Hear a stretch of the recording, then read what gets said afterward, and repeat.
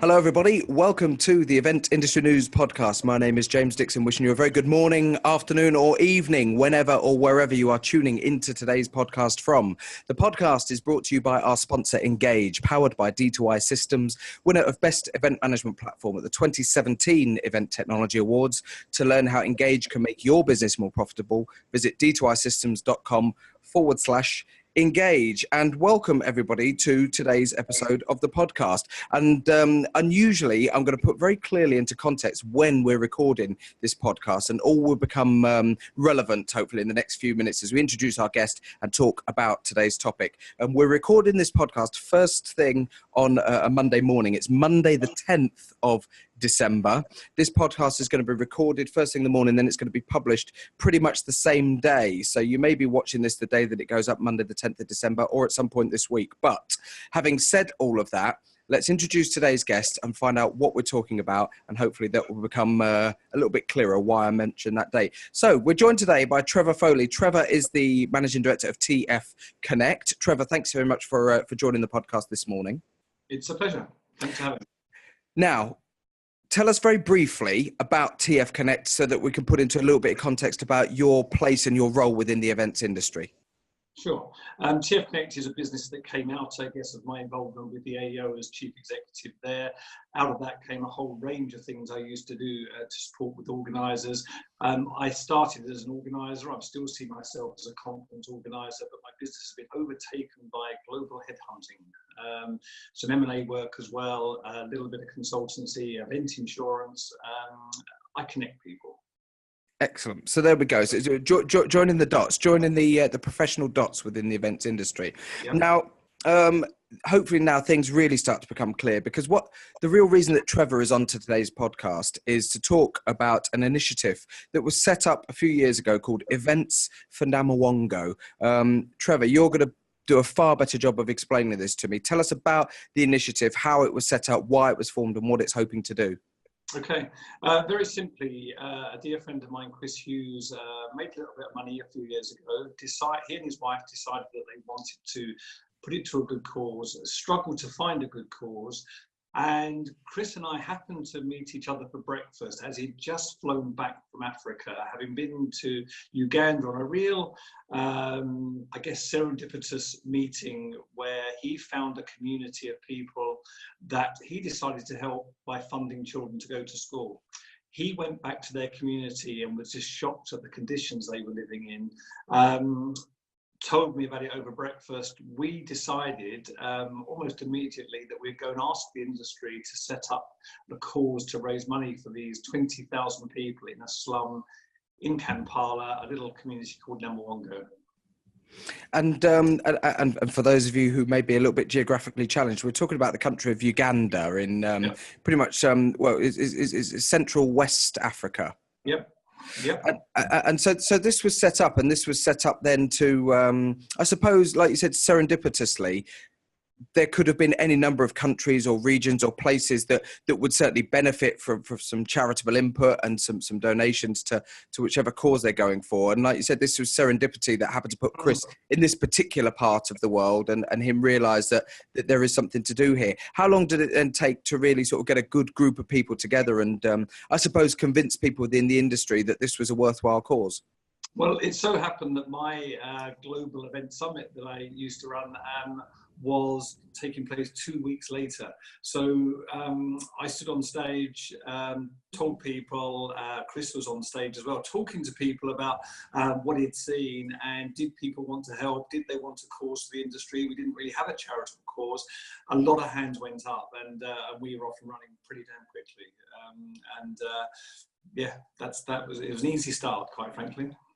As somebody who has subsequently set up a business, that's all about connecting people, was it nice to see that this joining of industry professionals together for a common cause? Because a lot of the time in the industry, it's a very friendly sector to work in. The events industry, we work very well collaboratively together, but it's also a competitive industry.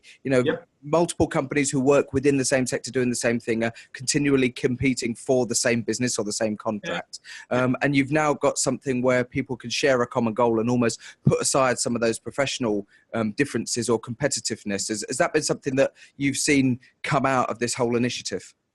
It's something I've always been passionate about. When I ran the AEO, I saw that as my main mission. Work together on common goals. I launched the Global Event Summit for exactly that same reason, that we compete, but there's so much more we can learn from each other. And I guess events for Namuwongo was just the icing on the cake. It just proved that people were prepared to do this. And actually, it was really interesting that at our first group meeting, we decided that the cause was okay to be good for business, that people could promote it to their exhibitors, that they could promote it among their staff as a CSR project, and everybody grabbed hold of that, and for people to be able to get some benefit out of it, but most of the benefit going to the people on the ground in Namuwongo has just made it a fantastic project. When I was looking at some information and some of the sort of the raw statistics relating to the whole concept prior to recording this particular podcast, I read that as of March this year, March 2018, the £800,000 mark had been passed in terms of fundraising and as a total. There is a clear target for you guys to achieve £1 million. Where are you at the moment with that particular goal, and when do you think you might hit it? Okay, well, good news is we've now passed the £900,000 mark. We have a group of patrons, which is a group of companies that promised to donate £3,000 each for 3 years. There are some extra fundraising activities on top of that. Takes us past the 900,000 mark. I'm pretty sure that as a group, we can put a plan together to hit the $1 million mark next year. And in terms of the actual types of fundraising that takes place, do you have literally a weird and wonderful list of things that have been done by the event professionals that have backed the initiative in terms of fundraising, or does it generally fall onto sort of one or two key events a year that you like to look at as your main sources of fundraising? It's evolved over time. In the early days, everybody get carried away doing everything. There were people cycling to Barcelona. There were people doing Tough Mudders within their companies. There were just people doing the silliest things to raise money. And we then got a bit smarter and just decided that the important thing was the money, and you can't keep rolling it out. 3 years running, we had something called Namuwongo Night, where we raised auction money, really. People were putting in great prizes, and Chris and I were standing on stage. We raised 80 grand a night, but you can't sustain that forever. So the patron program has put us in a really strong position to raise money without having to work too hard.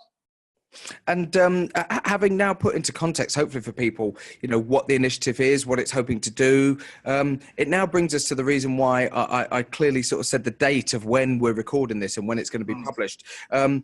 A film that was made sort of charting some of the activities and the work that has been done as a result of the fundraising efforts via Events for Namuwongo has been shortlisted for the Charity Film Awards. And this is something that the public can actually vote for. Now, the voting for this closes on Friday, the 14th of December, which is hopefully now clear why we dated this at the very beginning of the episode, because anybody tuning into this podcast prior to that date, we would encourage you to first of all go and watch the video. It's available via the eventindustrynews.com website, and there's also a link on there to vote. But Trevor, tell us a little bit about the nomination, how the film was made, and what people can expect to see when they do go over and watch it.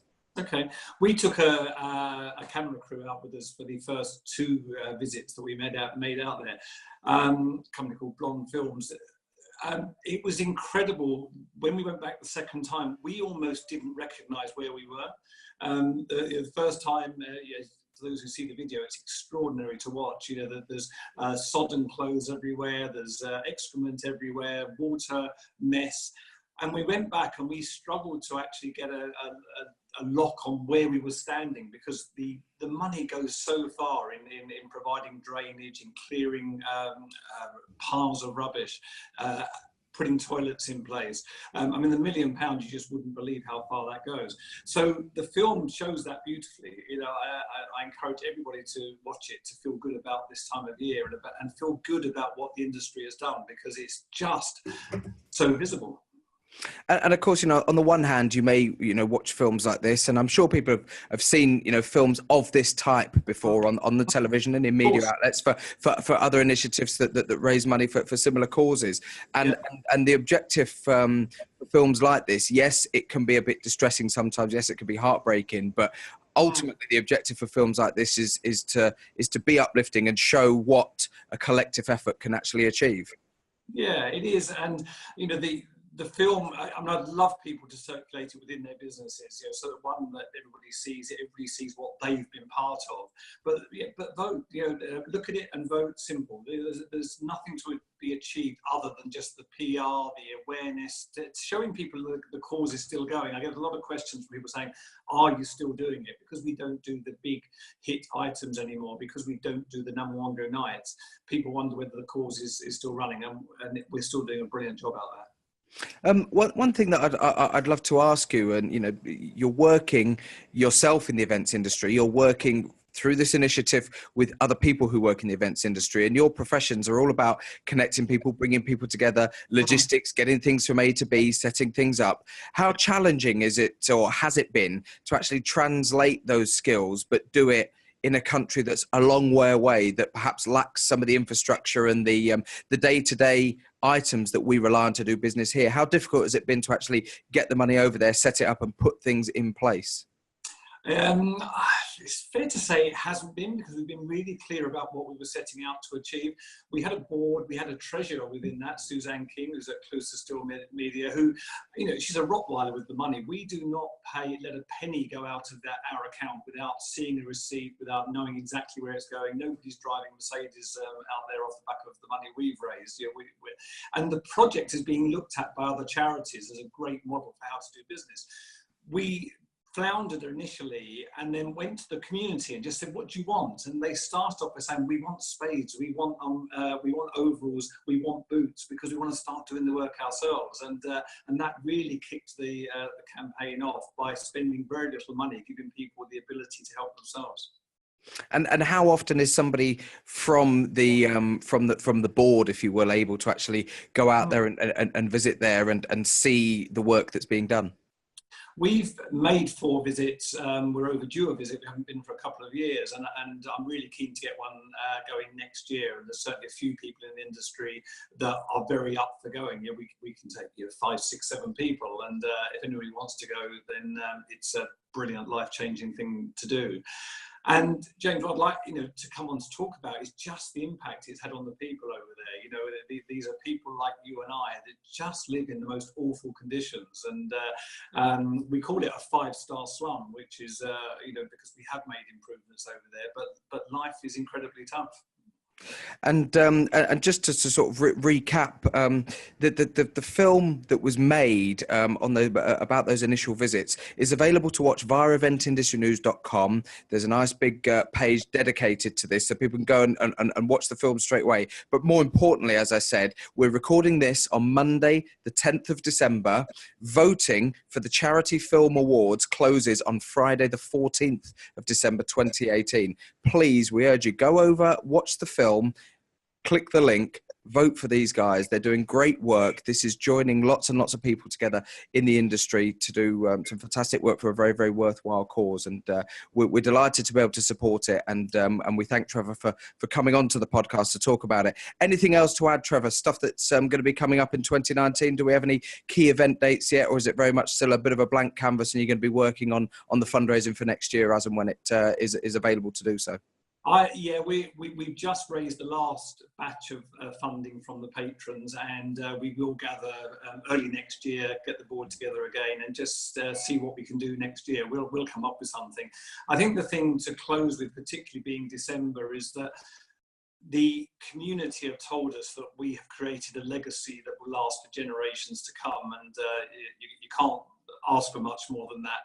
And a word that I regularly use that often has people in tears, because when the person who runs the project for us in Uganda came over here and spoke on one of our events, she stood in front of 400 people, made every single person in that room cry by saying, "You have given us dignity." I think that's a brilliant way to end this particular episode of the podcast. As I said, head over to eventindustrynews.com, search for the Events for Namuwongo story that we've got up there. You can watch the video. You can vote for the award. It's for the Charity Film Awards that the video has been shortlisted for. Voting closes Friday the 14th of December. And we've been talking today from one of the main guys behind events for Namuwongo, Trevor Foley, MD of TF Connect. Trevor, thanks very much for joining the podcast today. Thanks for your support, James. Really appreciate it. The podcast is brought to you by our own sponsor, Engage, powered by D2I Systems, winner of Best Event Management Platform at the 2017 Event Technology Awards. To learn how Engage can make your business more profitable, visit d2isystems.com/engage. And I'll say no more other than get over to eventindustrynews.com, have a look at this video, please vote, and we'll see you on the next episode. Thanks very much, and goodbye to you all.